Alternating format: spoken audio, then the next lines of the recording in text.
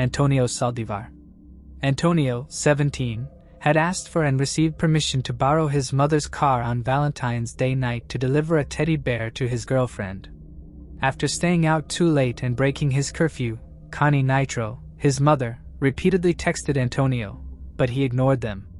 He finally answered her calls at 10 p.m., promising to come home. Unfortunately, he broke that promise, and around 4 a.m., after more calls and text messages, Antonio responded, acknowledging that he was grounded for his actions and would come home immediately.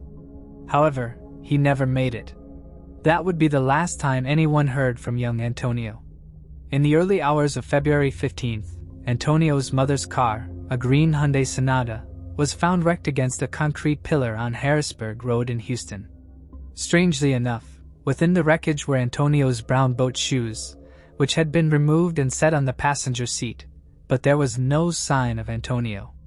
He was last seen wearing a white muscle shirt, purple leopard print hoodie, and khaki shorts. He was identifiable by 2 tattoos, a female jester removing her shirt and the other an outline of the state of Texas with the city Houston inscribed within the shape. Initially a missing persons case, police interviewed a witness that reported seeing a dark-colored SUV intentionally run Antonio's vehicle off the road, resulting in him crash directly into the pillar head-on. However, no information was given that would identify the vehicle.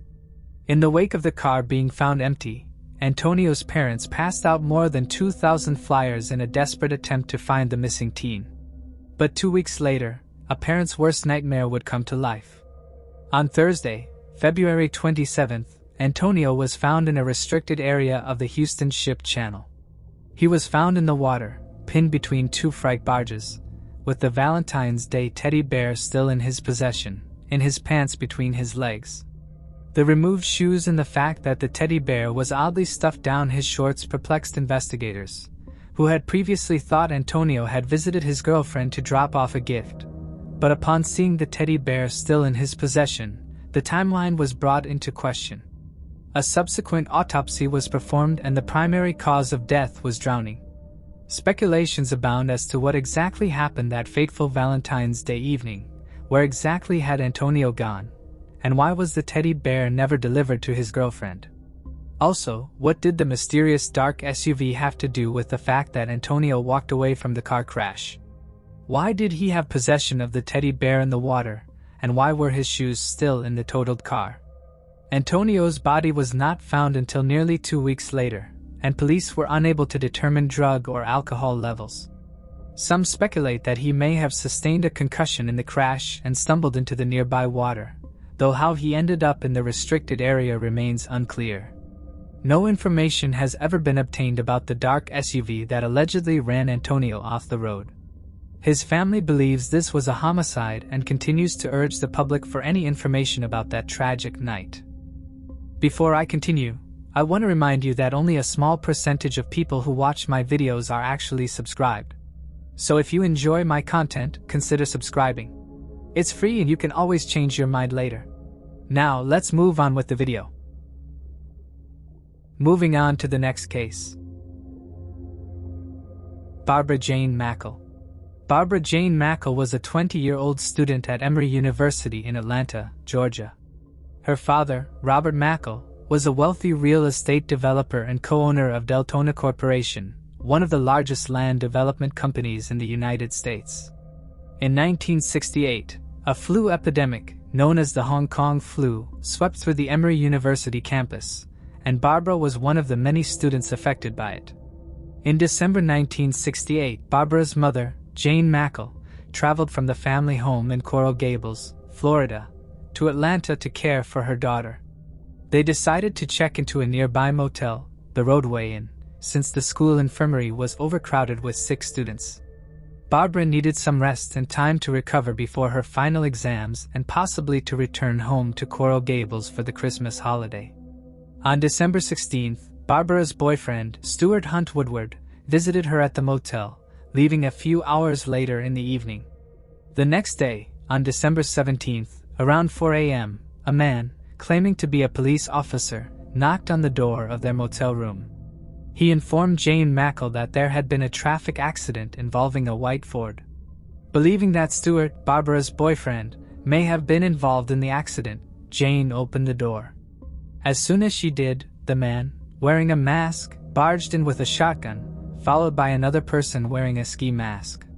They knocked out Jane with chloroform and bound and gagged her. They then kidnapped Barbara at gunpoint and forced her into a waiting car, a blue Volvo, which was parked outside. When Jane regained consciousness, she was able to free herself and quickly called the police. Robert Mackle, Barbara's father, was friends with then-President Richard Nixon, and after hearing about the kidnapping, the president himself asked the FBI director to handle the case personally. Within a few hours, the kidnappers sent a ransom note to Barbara's family asking for $500,000 in $20 bills. The ransom demand amounted to $500,000, which, when adjusted for inflation, is equivalent to about $3,500,000 in 2021. The note claimed that Barbara was buried alive in a well-ventilated box with enough food and supplies to survive for up to 7 days. It stated that as long as the family followed the kidnappers' instructions, Barbara would be returned alive. The ransom was to be delivered to a spot along Biscayne Bay, and only Barbara's father, Robert Mackle, was instructed to go. No one else was allowed to accompany him. The kidnapper had asked the family to place an ad in the Miami Herald after they agreed to the demands. Robert was determined to get his daughter safely back home and immediately raised the money and placed the ad. He left the suitcase containing the money at the instructed location, just south of Miami along Biscayne Bay. At around 5 a.m., a local resident awoke to the sound of an outboard motor. When he looked outside, he saw a white Boston whaler being beached on a neighbor's lawn. The resident, concerned about the rise in robberies in the area, called police. As the local police were not notified of the ransom drop, 2 police officers responded to the call. Upon their arrival, they came upon 2 individuals, one carrying a duffel bag and the other carrying a suitcase and a carbine. Upon seeing the police officers, the individuals dropped everything and ran. The suitcase contained the ransom money while the duffel bag had scuba diving gear in it. Nearby, the police also found the Boston whaler and a blue Volvo, which contained documents showing the car's registration to George Deacon and photos belonging to the 2 kidnappers. The car also contained a photo of Barbara Mackle, holding a sign which said "Kidnapped." After the botched ransom pickup, Robert Mackle, fearing the kidnappers would be scared off, placed an ad in the newspaper telling them they had nothing to do with the mix-up. The kidnappers called him again and provided a new drop location. This time the ransom pickup was successful. Meanwhile, police chased down George Deacon to the University of Miami across the bay. The Boston whaler had been found to be stolen from the university a day earlier. Deacon's boss gave the police a name, Ruth Esmond Shire, who also worked at the university and had spent time with Deacon. Even though the police were not able to find the couple, they were convinced that these were the kidnappers responsible for Barbara's kidnapping. Soon the police discovered that George Deacon was actually an alias for Gary Stephen Christ, a 23-year-old escaped convict from California. Gary Stephen Christ had begun doing petty crimes at the young age of 14 when he was arrested for stealing a boat. A year later, he was again arrested for stealing a car and put into a juvenile facility in Utah for a year. In 1961, he was put into confinement, but would escape shortly after. He later would be recaptured and spent a year in jail. In 1963, at the age of 18, he was arrested and sent to a jail in California for 2 car thefts. He was released in December 1964. In 1966, Chris was married and had a son. He would again be arrested in 1966 for stealing 2 more cars, this time from a sales lot in San Mateo, California. He was convicted and faced 6 months to 5 years in prison. Chris's second son would be born while he was in prison. Only a few months later, he would escape from the prison and remained at large for the next 2 years. During this time, he changed his name to George Deacon and moved with his family to Boston. He looked through classified ads and found a job as a research assistant at MIT. He was able to learn quickly at the job and was transferred to the University of Miami shortly after. It is here that he met Ruth Esmond Shire and both started having an affair. His wife found out about the affair and left him. She moved back to California with their 2 sons. Chris told Shire that he wanted to move to Europe with her, but for that to happen, he needed money. He devised a plan to kidnap a rich woman and planned to ask for $500,000 as ransom from her family, which they could then use to move to Europe. She agreed to the plan and both started looking for a target. Chris then began to spend a lot of time searching at the public library's social register for a potential victim. He wrote down about 100 possible wealthy women which he could kidnap and then narrowed it down to a list of 10. He eventually settled upon Barbara Mackle for his kidnapping. Chris researched everything about Barbara, from her family home in Coral Gables to her studying at Emory University, and even the motel that she was staying at in December of 1968. On December 20, 1968, nearly 15 hours after receiving the ransom money, Gary called the FBI via a switchboard operator and told them that Barbara's burial site was in a wooded area about 20 miles northeast of Atlanta. More than 100 agents fanned out throughout the area searching the woods for Barbara. Soon they came across ventilation tubes protruding from the ground and started digging with their bare hands. 12 minutes later, Barbara was pulled out of the box. She was suffering from dehydration and had lost about 8 pounds 10 but was otherwise in good condition. She had spent about 83 hours buried underground. Barbara was flown back to her home in her father's jet and was able to be reunited with her family. She was later able to explain her ordeal to the investigators. She recalled that after she was kidnapped from her motel, she was taken to the burial site where she was asked to get inside the fiberglass box at the bottom of the pre-dug hole. She was told that the box was equipped with 2 ventilation tubes with a ventilation fan, a pump should it rain, food and water which was dosed with sedatives, a blanket, a battery-operated light and a sweater. She was then asked to lay down in the box and hold a sign that said kidnapped on it. She said, quote, "I just had to smile. I was thinking if Daddy saw it, I didn't want him to think that they had hurt me." She said the box was then screwed down and that she could hear dirt being shoveled over the box. She said, quote, "I screamed and screamed. The sound of the dirt got farther and farther away. Finally, I couldn't hear anything above. I screamed for a long time after that." Meanwhile, Chris and his partner in crime, Esmond Shire, had split up after the botched pickup before. After successfully picking up the money on his own, Chris traveled alone to Florida and purchased the sailboat using the money. He would be arrested in just 24 hours with all of the ransom money except for what was used on the boat in his possession. Esmond Shire would be arrested 79 days later in Norman, Oklahoma. She was sentenced to 7 years in prison, serving 4 years before she was paroled and deported back to her native Honduras. Chris was sentenced to life in prison, but after serving just 7 years, knowing that he would be eligible for parole, he started teaching classes to other prisoners and trained as an EMT. He also developed a good relationship with the chairman of the Georgia Parole Board, saying that he intended to become a missionary. After serving just 10 years in prison, he was released out on parole in May of 1979. His wife divorced him, and he married his pen pal whom he met when he was in prison.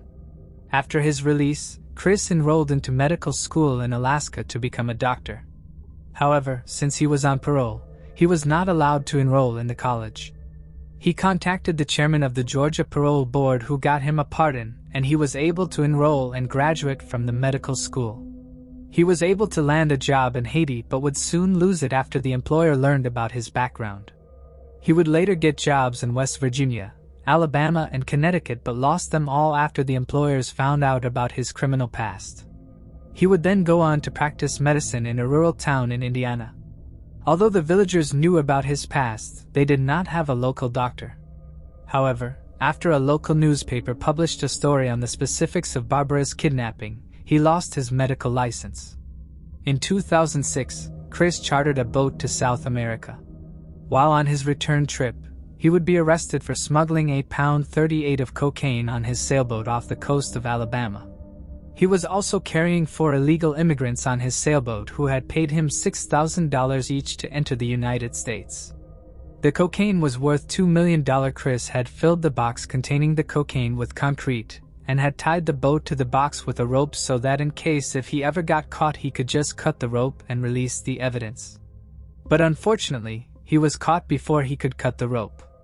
During a search of his house, police found a large underground laboratory with a trapdoor and a 50-foot escape tunnel. Chris was sentenced to 5 years in prison but served only 4. On August 27, 2012, while still on probation, he left the country, sailing his boat to Cuba and then to South America. A judge revoked his supervised release, and he was sentenced to an additional 40 months in prison. Meanwhile, Barbara went on to marry her college boyfriend, Stephen Hunt Woodward. The couple had 2 children and settled in South Florida. Moving on to the next case. Caitlyn Markham. The skeletal remains of 22-year-old Caitlyn Markham were discovered 2 years after she went missing, in a wooded area in rural Cedar Grove, Indiana, approximately 30 miles from her home in Fairfield. Initially, investigators struggled to piece together what had happened to her, but over time, they began to turn their focus on identifying who had taken her life.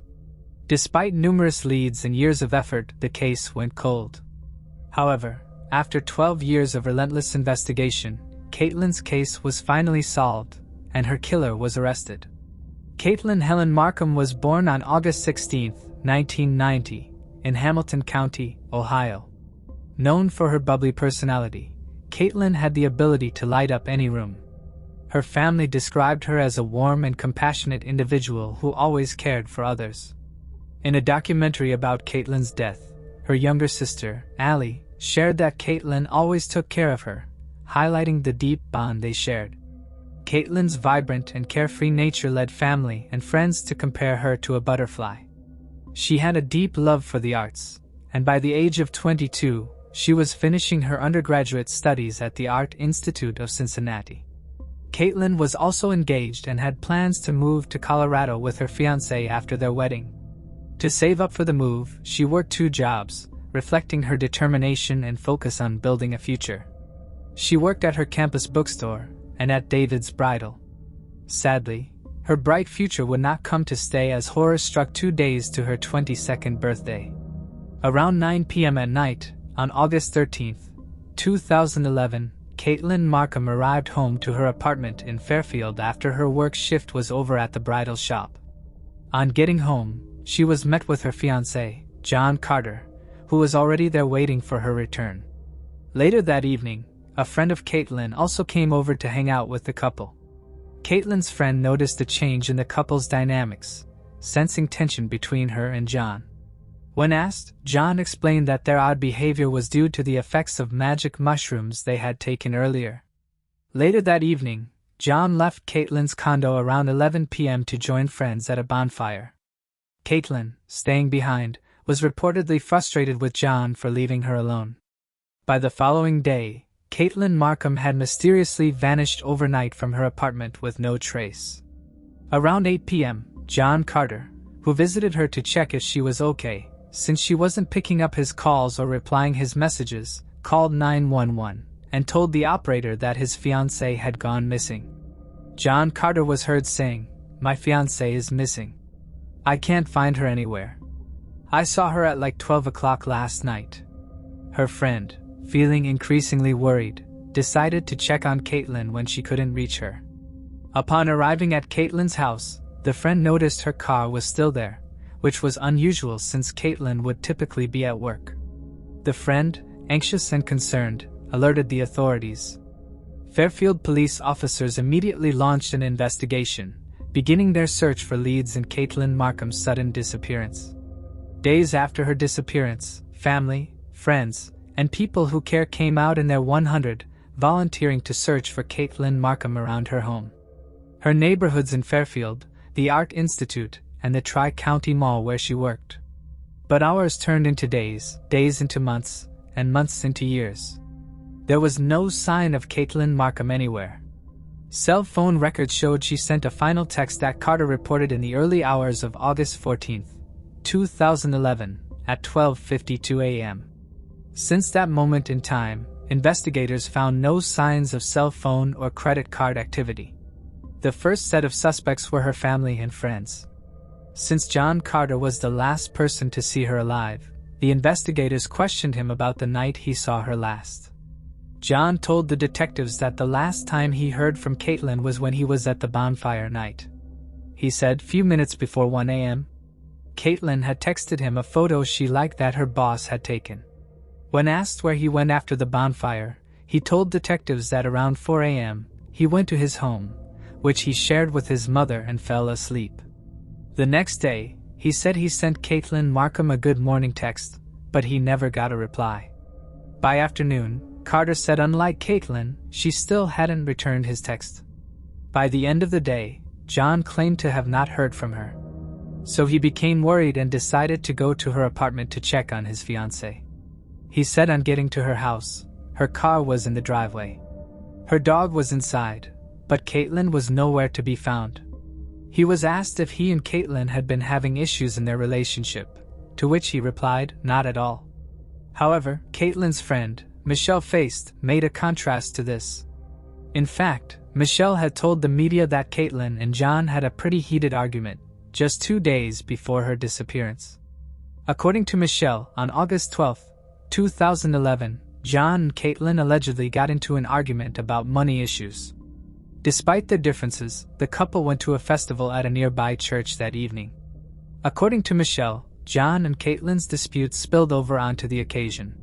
Caitlyn eventually became upset and decided to leave the festival early. It's also conceivable that John and Caitlyn made up before she disappeared. But as was already said, the couple appeared to be having some tension the next night as well. At Caitlyn's condo, a friend chose to leave after getting the impression that the couple preferred to be by themselves. Many people at the time, including Caitlyn's family, believed that John Carter had something to do with her disappearance. They disputed John Carter's claim that Caitlyn's moody and unusual quiet behavior on the night her friend came to visit was because he and Caitlyn had consumed magic mushrooms. They reasoned that since the friend came over around 15 minutes after Caitlyn got home from work, it is not possible that she would start experiencing the effects of the mushrooms that rapidly, even if she had taken them as soon as she entered her condo. Some people, however, have questioned whether Caitlyn even consumed the mushrooms in the first place. It seemed odd that she would want to experience the effects of mushrooms if she merely wanted to relax at home after a long day of work. She had just arrived home and was exhausted. The bonfire was another peculiar element of John's story that several people thought was weird. On August 13th, at around 11 p.m., John claimed to have left Caitlyn's condo to meet up with friends. He brought along a bag filled with Caitlyn's documents, which he intended to burn at the bonfire. John clarified that Caitlyn wanted to shred the papers rather than discard them, but she did not have a shredder. He then took the documents instead, intending to destroy them so she wouldn't have to worry about it. Although some people think this is an unusual justification for why he destroyed Caitlyn's documents. At first, it didn't seem like too much of a stretch. It's possible that he really was doing Caitlyn a favor by removing the papers from her house, because he admitted to the investigators that he frequently ran errands for her. However, some have generally questioned John's alibi. A handful of the friends John claimed to have been with that evening have provided contradictory accounts. Some others even assert that there wasn't even a bonfire that night. Even though there was a lot of speculation regarding John, it seems that gradually, the focus of the investigation shifted. John Carter had frequently addressed Caitlyn's issue in the media over the years, and he has maintained his denial of any participation in her disappearance. On August 16, 2011, 3 days after Caitlyn's disappearance, John Carter mentioned being scared and concerned during one of the searches for his fiancée. In his words, he said, "I'm terrified. I'm absolutely terrified. I just want to find Caitlyn and celebrate her birthday with her, and go to Red Lobster like she was planning." He later stated that Caitlyn was strong and would fight her way out, if she is somewhere, and is in a worst-case scenario. However, the search for Caitlyn came to an end when, after many days, she wouldn't be found. The case went cold for nearly 2 years until in April 7, 2013, when a couple who was reportedly looking for scrap metal came across what appeared to be a grocery bag containing a human jaw and a skull with hair still attached to it. The couple would immediately call 911. In order to identify the remains of the victim of Franklin County, Indiana, coroner Wanda Lee used dental records which ultimately confirmed that the remains were Caitlyn Markham's. Her death was then ruled a homicide, but her cause of death could not be determined. When the news of her death got to her family, they were unavoidably devastated to find out that she had been a victim of a homicide. They were also not overly shocked by the information. Her family held on to hope that she would be found safe when she first went missing. Their hopes faded as weeks turned into months without any trace of her. They eventually came to the conclusion that Caitlyn had been murdered. On April 18, 2013, Caitlyn Markham's family and friends gather for a celebration of life at Harbin Park, one of her favorite places. 4 months later, on August 25, 2013, her funeral was held at her alma mater, Fairfield High School. The room was decorated with many bright colors, just the way she would have loved it.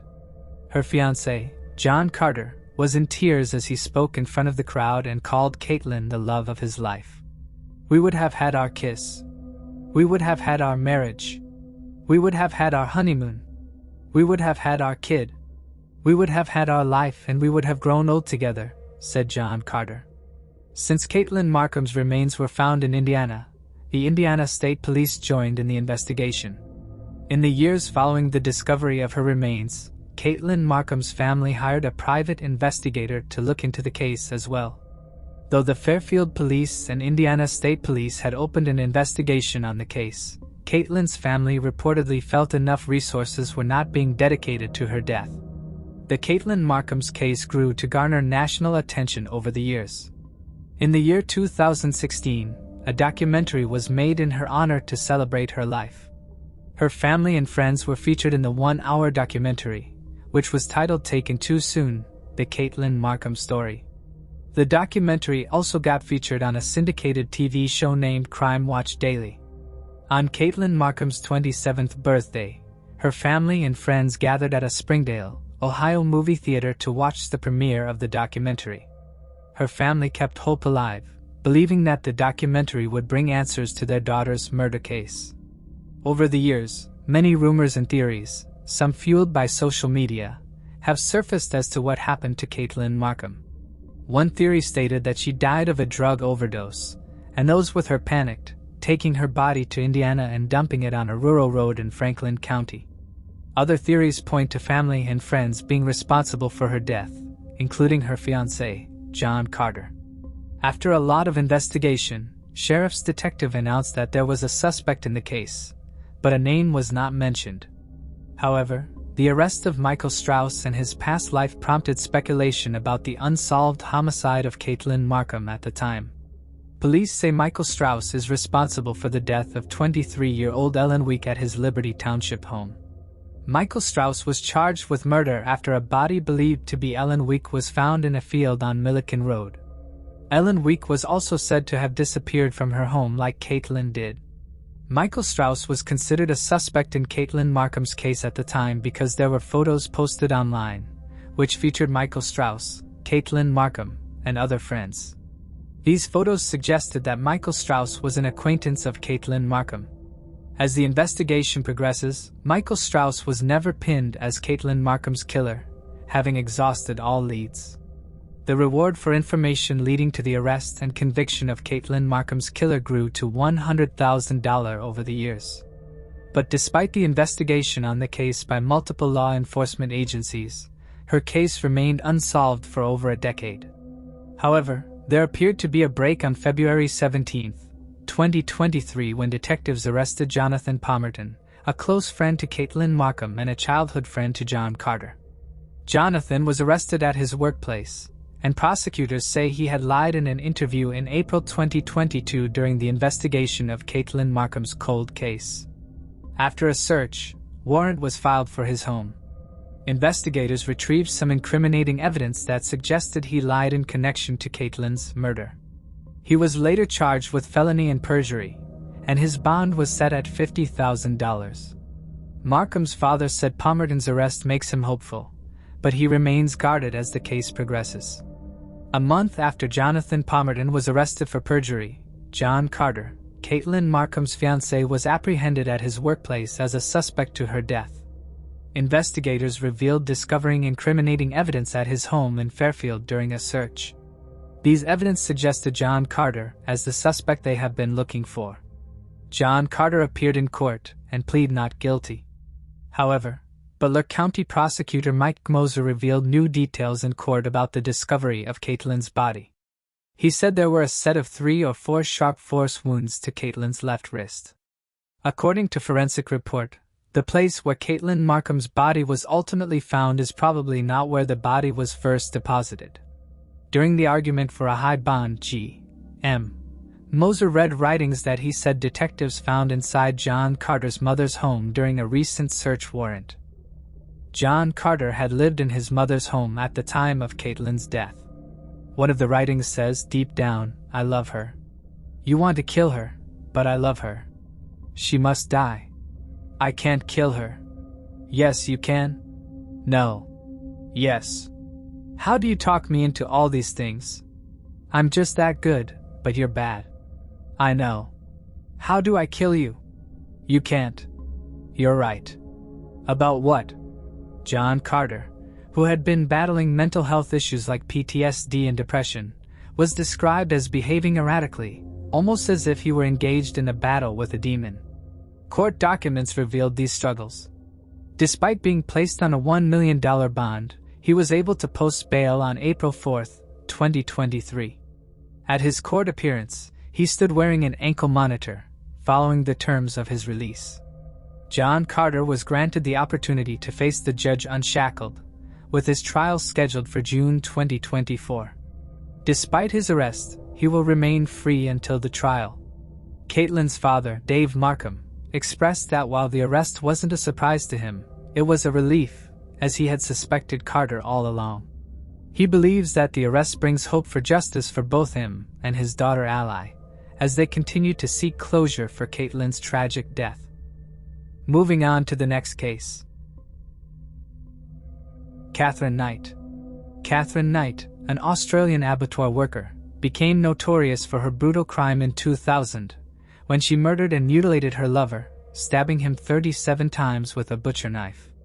She not only killed him but also dismembered his body, cooked parts of it, and intended to serve them to his children.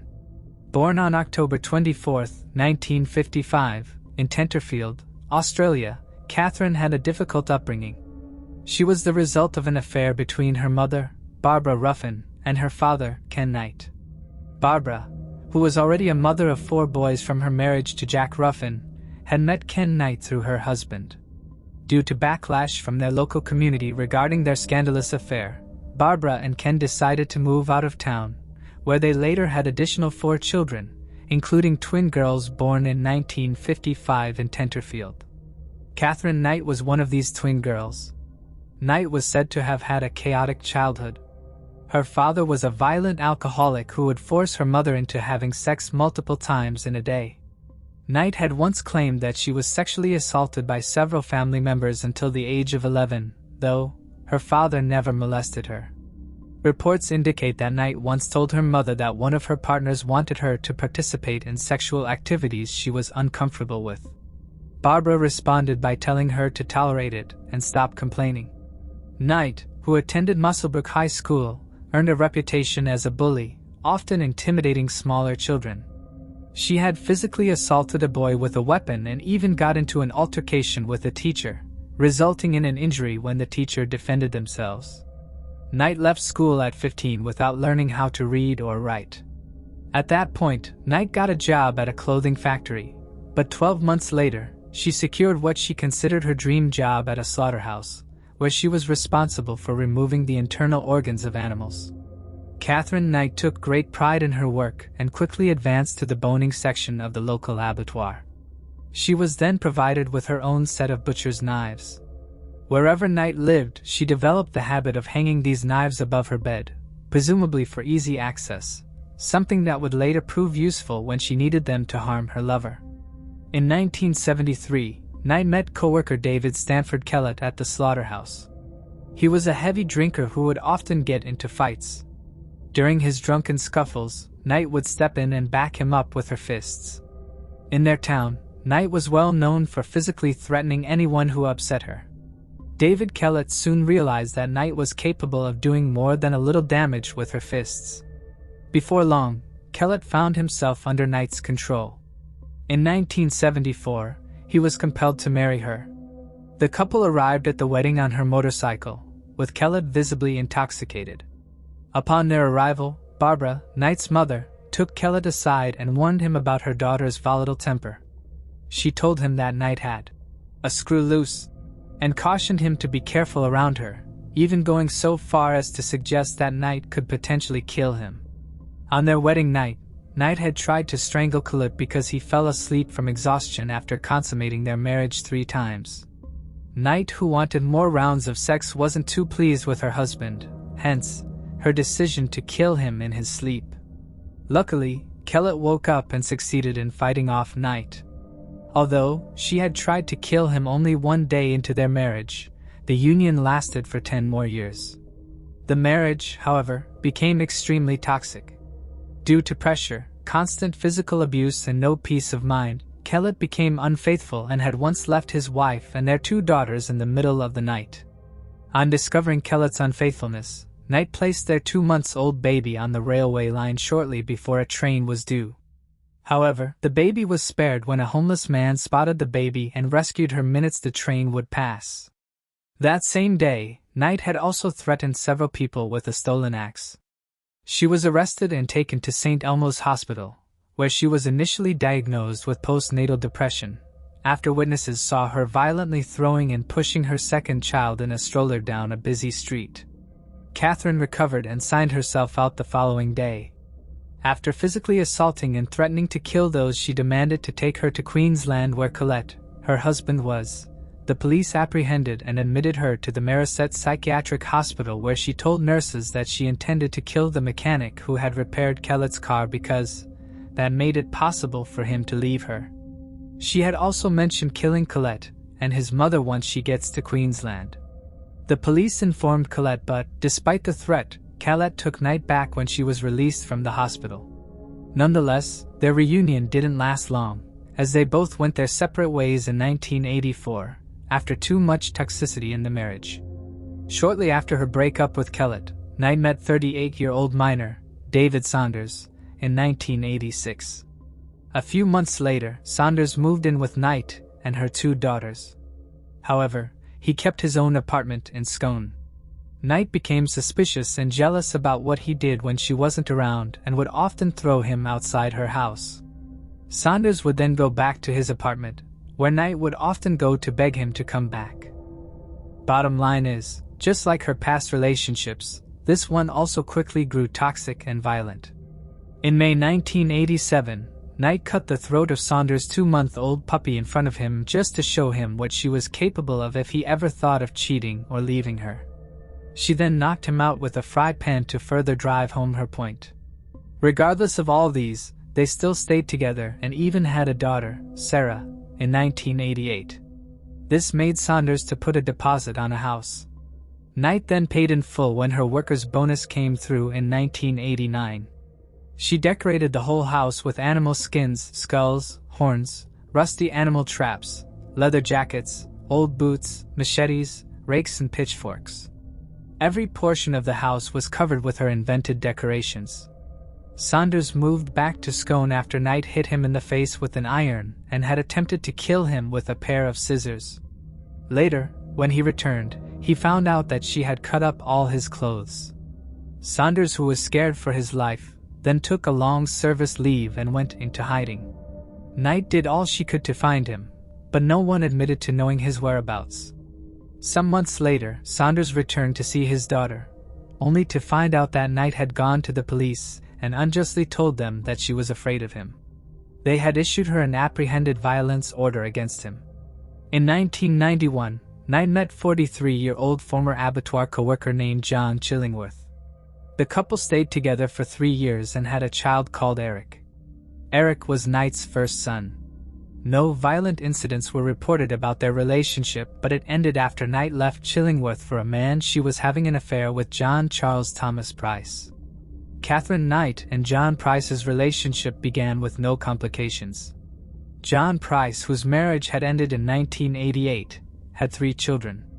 While the last born, who was 2 years old, remained with his former wife, the 2 older children lived with him and seemed to like Knight when she moved in with them in 1995. John Price made enough money as a minor to keep Knight comfortable.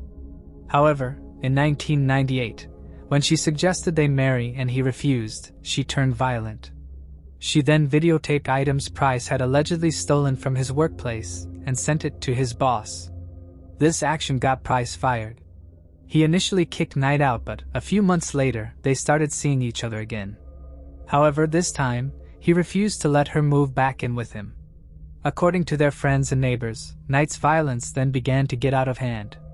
Due to this, Price's friends decided to cut all ties with him as long as he stayed with Knight. In February of 2000, an argument between John Charles Thomas Price and Knight ensued, such that Price had been assaulted multiple times, with Knight attempting to stab him in the chest. Finally fed up, he kicked her out of his house, and on the February 29th, he stopped at the Scone Magistrates Court on his way to work and took out a restraining order against her in an attempt to keep him and his children safe. That afternoon, Price discussed his concerns for his safety and told his co-workers that if he ever went missing, it was because Knight had murdered him. They pleaded with him not to go home, but he insisted, saying he was afraid Knight might hurt his children and he needed to protect them. On getting home from work, Knight was not around and she had sent his children for a sleepover at a friend's house. Price then followed his usual routine of checking in with the neighbors before going to bed at 11 p.m. Shortly after, Knight came home and made herself dinner, watched TV for a few minutes, showered, and went into Price's room. She woke him up and both of them had sex, and he went back to bed. Katherine Knight then decided it was time to bring out her butcher knife, close to her bed, where she had always kept them. According to reports, she stabbed Price 37 times, and evidence had it that he had woken up during the attack but could not fight her off. He later died from his stab wounds. Knight then skinned him and hung his body from a meat hook in the sitting room. She further decapitated him and cut up pieces of his body to cook in a dish with potato, pumpkin, beets, zucchini, cabbage, squash, and gravy. She made a dish for herself using Price's flesh. However, the half-discarded content later found at the crime scene suggested that she couldn't finish her meal. After taking a large amount of pills, Knight laid down next to the headless, mutilated body of Price, and subsequently passed out. The next morning, Price's co-workers heeded his warning and called the police after he didn't show up at work. The police arrived at the gruesome murder scene to find the comatose Katherine Knight, who was quickly detained. When she woke up, she claimed to have no memory of what had happened the previous night. According to reports, when the police entered the kitchen, they found Price's head boiling in a pot of vegetables on the stove. On the table, they found 2 full plates of Knight's despicable meal, each labeled with a name. It was later realized that Knight had planned to serve John Price's body parts to his children. She was arraigned on the March 2, 2001 on the charge of murdering Price, to which she entered a plea of not guilty. Her trial, which was initially fixed for July 23, 2001, was later adjourned due to her counsel's illness. Her trial then commenced in October, but it didn't get very far. Knight changed her plea to guilty, and the judge adjourned the case without testimony. On the November 8, 2001, Justice O'Keefe pointed out that the nature of the crime and Knight's lack of remorse required a severe penalty. He sentenced her to life imprisonment, refused to fix a non-parole period, and ordered that her papers be marked never to be released. That was the first time in history a woman in Australia was given a life sentence without parole. Till today, Knight still maintains her innocence and refuses to accept responsibility for her actions. She had once appealed her life sentence before in June 2006 and was denied almost immediately. Katherine Knight remains incarcerated at Silverwater Women's Correctional Center, where she earns approximately $70 a week assembling airline headsets. Reports suggest that she receives very few visits from friends or family members. Some sources indicate that Knight has found religion and now assists other women in resolving their differences. According to certain reports, the murder of John Price was premeditated, with Knight planning the crime in advance. Katherine Knight once told one of her children that she wanted to kill her partner, Price. The motive for this claim remains unclear, though she accused Price of being a rapist and child molester. However, this allegation was proven to be false and could not be substantiated in court. The crime scene, which was gruesome and disturbing, had such a traumatic effect on the investigators that many of them sought counseling to cope with what they had witnessed. Moving on to the next case. Denise Diane Pflum. In the mid-1980s, 18-year-old Denise Diane Pflum was a senior at Connorsville High School in Indiana. A diligent student and promising athlete, Denise had already been accepted into Miami University of Ohio. She was active in several sports teams, including volleyball, basketball, softball, and track, and was a proud member of the National Honor Society. With plans to major in microbiology at university, she also hoped to earn a track scholarship. Unfortunately, Denise's tragic fate would prevent her from ever realizing her dreams. On March 28, 1986, Denise Diane Pflum, just 18 years old, vanished without a trace. She had left her home in Everton, Indiana, where she lived with her parents and sister, driving her 1981 Buick Regal. Denise was on a mission to retrieve her missing handbag, which she believed she had left behind at a bonfire party held on nearby farmland the previous night. Although she had asked her friends to accompany her, none were available to go along. Tragically, Denise would never return, and she has never been seen again. Denise decided to make the trip alone, though she did so reluctantly. Her mother, Judith, later remarked that it was unusual for her daughter to feel uneasy about going by herself, saying, "We're not sure why she didn't want to go alone. She was fearless ever since she was a child." Judith found it deeply unsettling that Denise, who had always been confident and independent, was so uncomfortable about returning to the party site. To her, it seemed as if something was amiss, and the situation didn't feel right. The tenant of the farm where the party was held reported that Denise never arrived. A separate farmer working in a field in Glenwood, Indiana, around 3 miles from the party location, saw Denise's Buick that day at around 12:30 p.m., but not the driver. A friend, however, saw the 18-year-old at 2:00 p.m. at a fashion bug store on 30th Street in Connorsville. Although, it's noted that the woman was wearing different clothing than that which Denise wore when she left home earlier that afternoon. Denise never returned home from her trip and her parents never saw her again. The farmer near Glenwood, who had noticed Denise's Buick still parked the following day, alerted the county sheriff's department, speculating that the vehicle might have been abandoned. By this time, Denise's family had already reported her missing. However, the response from authorities was less than reassuring. The Pflums were told to stay calm and were reassured that Denise would likely return home soon. The police suggested that her disappearance might simply be a result of typical teenage behavior, implying that she was probably just acting out. Unsatisfied with this reply, though, Denise's family decided to try and look for her themselves, calling all of her friends, but to no avail. Afraid she'd crashed her car, they drove up and down the country searching for their daughter or any signs of a car wreck. Her father, David, recalled, quote, "We do not believe that she ever went back to the farm. Something or some person interrupted that opportunity to do so. We knew right away that something was wrong because she had never been out without our knowledge about where she was going to be. When the time unfolded until the next day and the subsequent next days, then we knew we really had a problem," Judith recalled. She remembered that she had been at work the day her daughter went missing, but had returned home for her afternoon break, which was when she last saw Denise. Judith said, "Before I went back to work that day, I had a gut feeling. Something did not feel right to me." Denise's cream-colored Buick was found empty just half a mile from Route 44, along Tower Road, a gravel lane near a barn east of Glenwood. As Denise had already been reported missing, investigators arrived and realized that her vehicle might hold some clues as to her whereabouts. There were no signs of a struggle, though, and the car was locked. A search at the local area was conducted, but no evidence was found.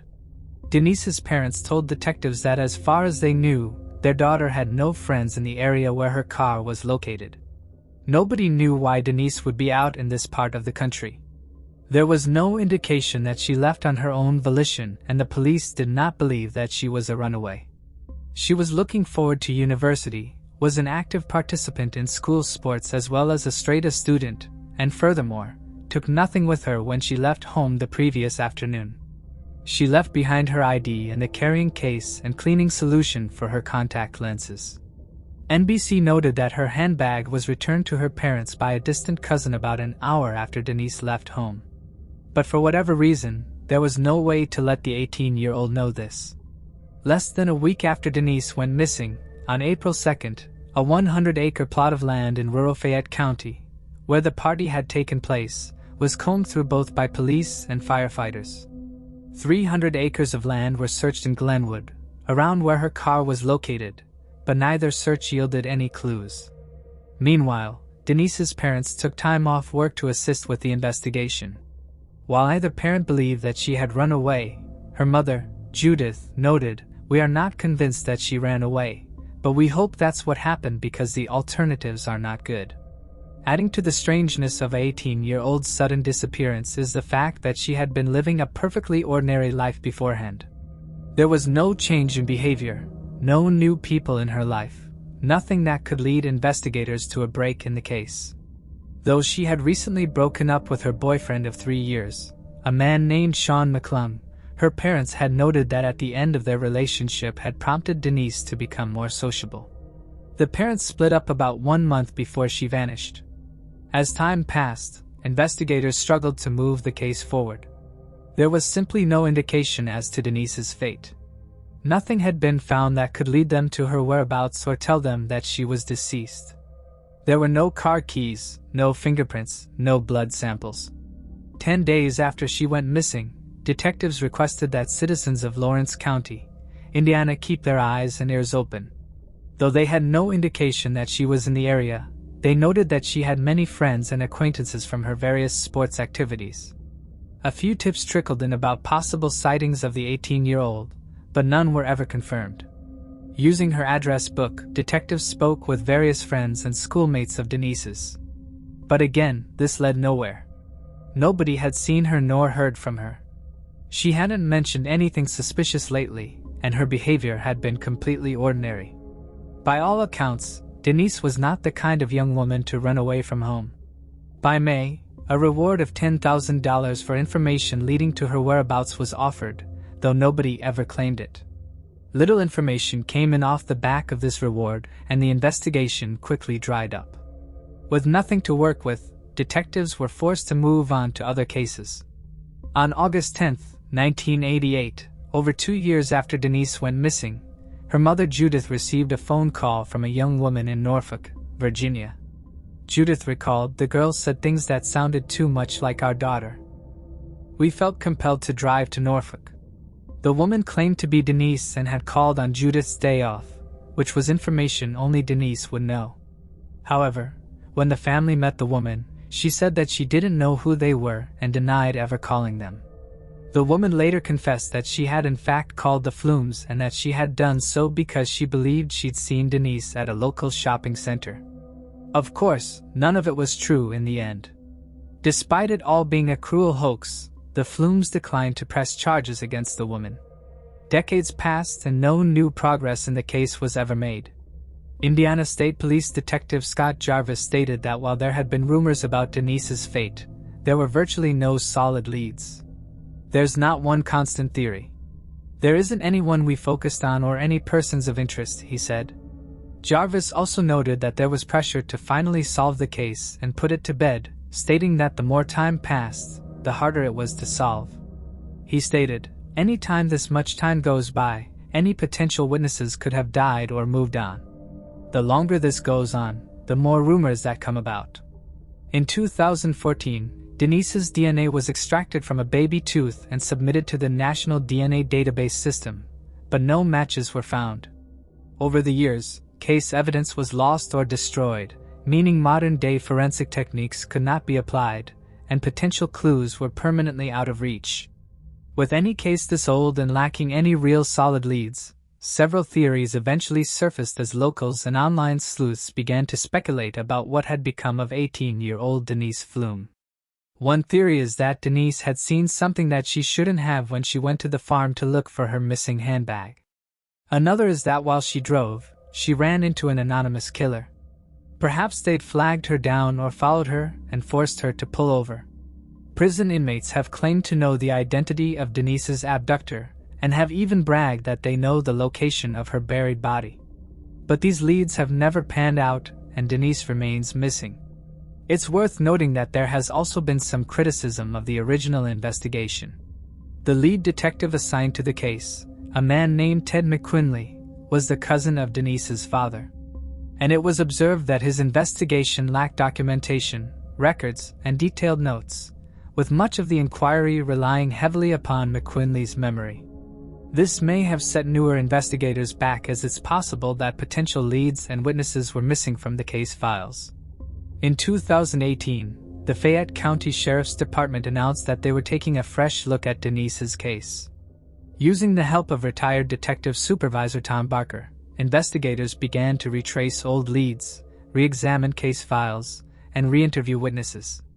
Around the same time, the Mary Gray Bird Sanctuary in Connorsville was searched.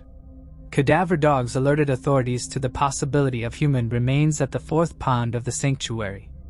An examination was delayed due to torrential rains, but when the pond was finally searched, nothing was found. The sanctuary had been looked into after investigators received a tip from the former girlfriend of a person of interest in the case.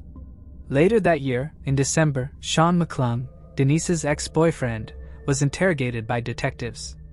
In 2017, McClung had taken a voice stress test, an iffy interrogation tool, which is reportedly less accurate than a polygraph test. And authorities noted that he had failed it. McClung is a notable person in Denise's case. Though he was never declared a suspect nor a person of interest, he left town in 1986, shortly after the disappearance. He moved to Arizona and did not participate in searches for Denise. Furthermore, despite their 3-year relationship, he seemed largely unaffected by her disappearance. While in Arizona, McClung gathered a lengthy criminal history of domestic violence. He returned to Connorsville in 2017, where he was subsequently approached by investigators working on Denise's case. Interestingly, he had claimed for years that his ex-girlfriend was still alive. 2 years later, in early 2020, authorities reported that new information had come to light and led them to believe Denise was no longer alive and sadly had died at the hands of another person. They believed her remains had been buried in an undisclosed location in rural Fayette County. Although authorities combed the area and used ground-penetrating radar and cadaver dogs, Denise's remains were not found. In July of 2020, while being held for an unrelated fraud charge, Sean McClung confessed to taking Denise's life back in 1986. He claimed that the 18-year-old had picked him up on March 28, the day that she vanished, and that they had argued. During the argument, McClung killed Denise, though it's unclear how. He then called several friends to help him move the body. McClung admitted his story to the police in exchange for immunity and dismissal of the other 2 unrelated charges. But part of the agreement was that he was not to withhold any information. When he was unable to supply investigators with the location of Denise's body, his immunity was withdrawn, and he was charged with voluntary manslaughter. Unfortunately, however, nothing further ever came from this. At the time of his arrest, McClung was already suffering from an undisclosed terminal illness.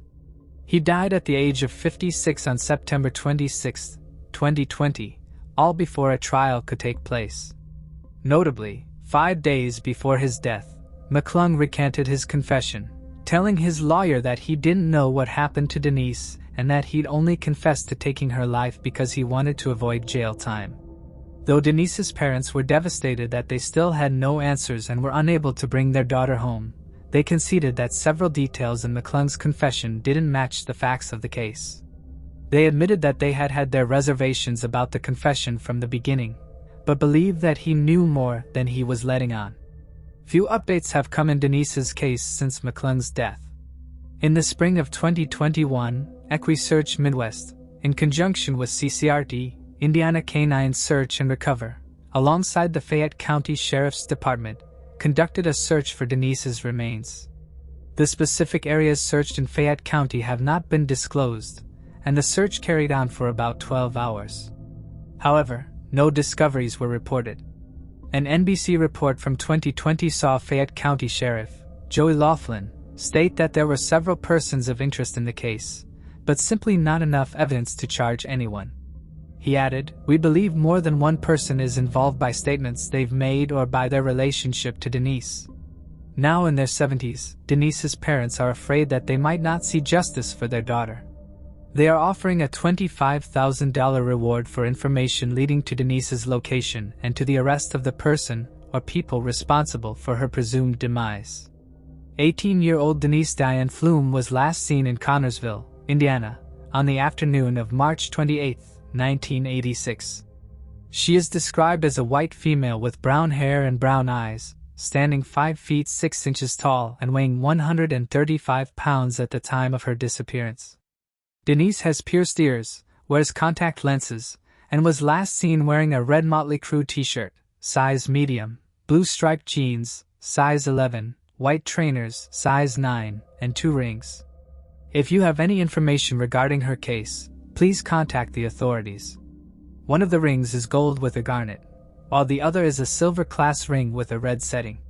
Denise was driving a cream-colored 1981 Buick Regal the day she disappeared, but the vehicle was found in Glenwood, Indiana, one day after she went missing.